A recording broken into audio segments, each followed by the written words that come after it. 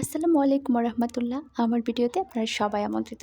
আজকে আমি একটা মজার পিঠা তৈরি করেছি। পিঠাটা খেতে তো অসাধারণ ছিল আর এটা আমার খুবই পছন্দের পিঠা। আর পিঠাটা আমি কিভাবে বানিয়েছি সেটাই আপনাদের সাথে শেয়ার করব। এই পিঠা এক অঞ্চলে এক নামে পরিচিত। কেউ নারিকেলের কুচি পিঠা বলে, কেউ পাকন পিঠা বলে, আবার কেউ ফুল পিঠা বলে। আর এটা হার্টের মতো দেখতে, তাই আমি পিঠাটার নাম দিয়েছি হার্ট পিঠা। তো আমি পিঠাটা যেভাবে তৈরি করব, এর জন্য আমি প্রথমে কিছু নারিকেল কোড়ানো নিয়ে নিয়েছি। এখন আমি এগুলো থেকে দুধ তৈরি করব।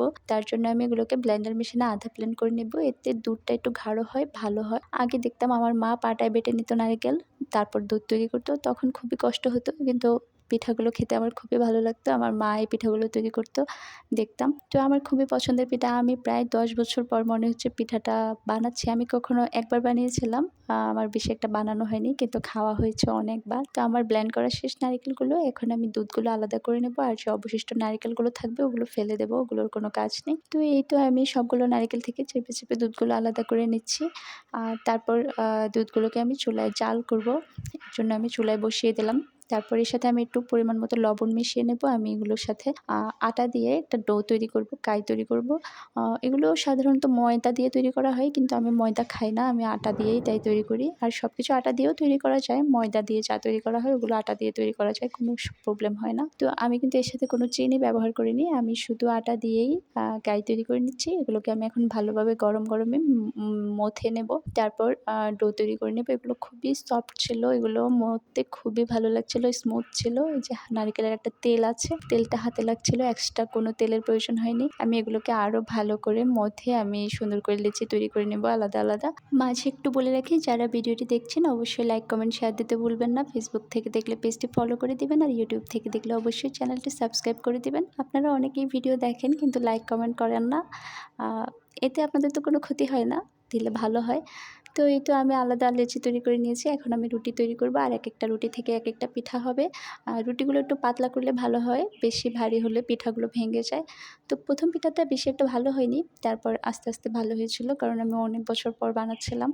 এই তো আমার রুটি তৈরি করা শেষ। এখন আমি পিঠা তৈরি করব। তো পিঠাগুলো যেভাবে তৈরি করতে হবে, রুটিগুলোকে সুন্দর মতো কুচি কুচি করে ভাঁজ করে নিতে হবে। এই জন্য এই পিঠাকে আমাদের অঞ্চলে নারকেলের কুচি পিঠা বলে। তো এই তো সুন্দর করে এপিঠ ওপিঠ করে কুচি তৈরি করে নিতে হবে। তারপর এগুলো থেকে একটু হার্টের শেপ করে নিলেই পিঠা হয়ে যাবে। এটা খুবই সহজ, পারলে খুবই ইজি, আর না পারলে তো মনে হয় কীভাবে যেন তৈরি করা হলো। এভাবে ভাঁজ করে এনে মাঝখান দিয়ে একটু ধাক্কা দিয়ে হার্টের শেপ করে নিলেই হয়। এই তো আমার পিঠা হয়ে গিয়েছে। তারপরে লেচটা আমি ছুরির সাহায্যে কেটে নিলাম, তৈরি হয়ে গেল আমার পিঠা। এভাবে আমি সবগুলো পিঠা তৈরি করে নিয়েছি। আমার একটা নারিকেল দিয়েও অনেকগুলো পিঠা হয়েছিল। তো এই তো আমি আরও একটা পিঠা তৈরি করে ফেললাম, এই লেচটাও কেটে ফেললাম। এই তো সুন্দর হয়ে পিঠাগুলো তৈরি হচ্ছিলো। আমার তো খুবই ভালো লাগছিলো। অনেকগুলো পিঠা হচ্ছিলো, আর পিঠাগুলো খুবই ভালো হচ্ছিলো। আমার তো দেখে খুবই আনন্দ লাগছিলো, কারণ আমি রাত্রেবেলা অনেক কষ্ট করে পিঠাগুলো বানাচ্ছিলাম। তো এই তো পিঠা অনেকগুলো বানানো হয়ে গিয়েছে।